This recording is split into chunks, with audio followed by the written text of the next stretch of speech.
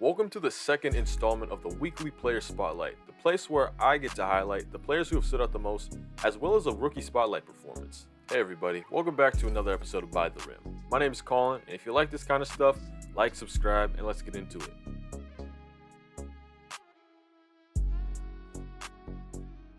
The first player on this week's spotlight is Devin Booker.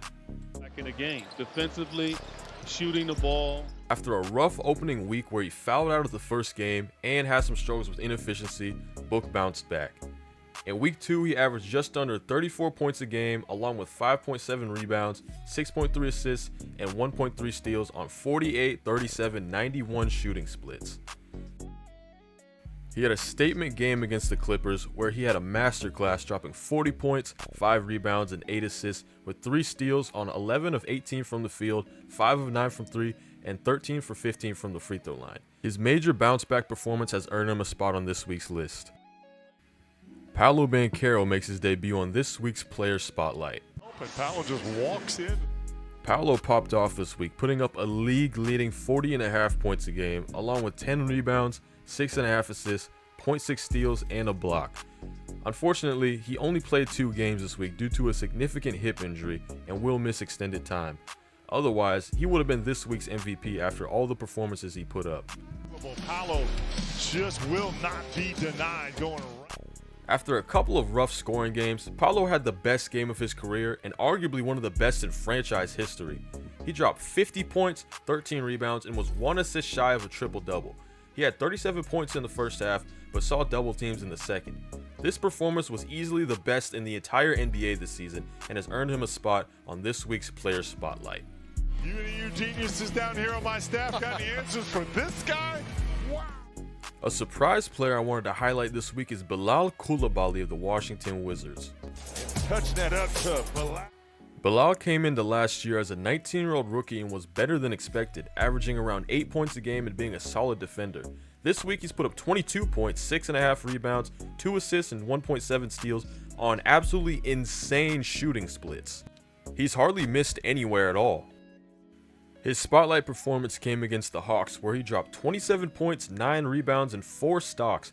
He was 11 of 14 from the field and 3 of 5 from 3. Bilal's rate of improvement has been some of the wildest and least predictable we've seen in ages. Legitimately some Giannis-level trajectory. Speaking of Giannis, he'll make his first appearance on this week's player spotlight. Despite the struggles of the Bucks to get wins, it has not been due to Giannis' performance. He's put up around 31 points a game, 12.5 boards, and 6.5 assists, shooting 62% from the field.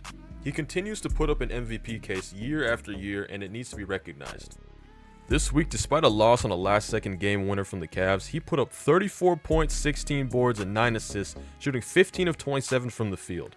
The Bucks this year have struggled mightily, despite Giannis and Dame carrying more of their weight. Regardless, Giannis earns his spot on this week's list.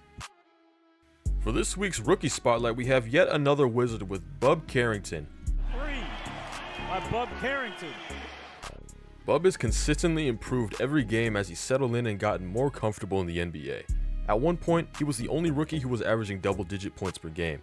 This week, in the second game against the Atlanta Hawks, he put up a career-high 16 points, 6 rebounds, and 6 assists, where he hit his shots and dished the ball well. He started the season taking a lot of rush shots, still solid quality, and in the second week he settled down and has been hitting a lot more of his shots. With the Wizards being as bad as they are, he should be a frontrunner for Rookie of the Year and should get all the opportunity in the world to develop and get minutes. Double, 14, 13 rebounds, 4 helpers, and Poole coming back. And for the MVP of this week, there's Nikola Jokic of the Denver Nuggets. 15 and 14 for Jokic.